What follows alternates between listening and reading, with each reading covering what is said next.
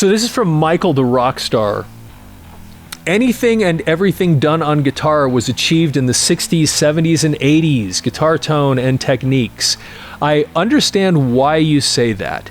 There is a lot of truth to what you say. And think about it. That's when all of the inventions were happening too, related to the electric guitar.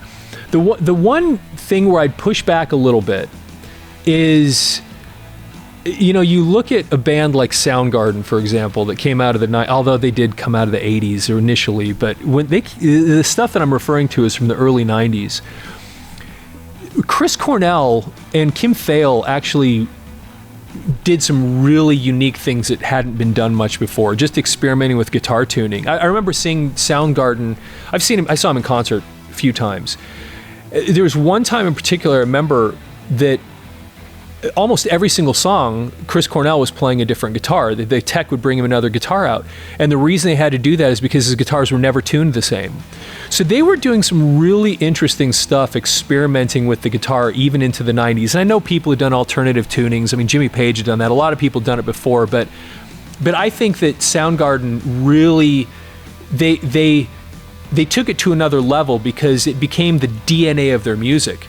Their music was not based on normal guitar tuning. Their music was based on whatever they felt like the guitar tuning should be. So a lot of their great music was these alternate, changed, twisted around guitar tunings, and that was more the rule than the exception for them than for other bands where it was the other way around. They were constantly experimenting with things like that, and even finding ways of creating unique atonal feedback and things. So I push back just a little bit because there were a few bands that did revolutionize it even a little bit more. But to your point, so many great things happened during those 3 decades you talked about.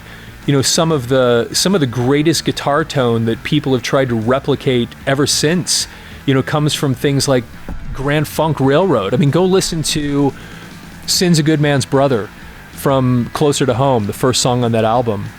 That guitar tone, I don't know how you could replicate that. It's incredible.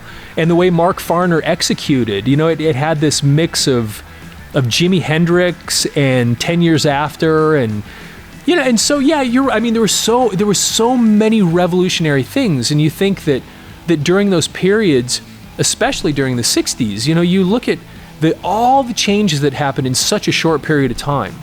Every time a new album would come out from a new band, it was like a whole new set of sounds, and then that kind of naturally, as it would, kind of tapered off as time went on. But anyway, that's a really interesting piece of feedback. I appreciate your comments.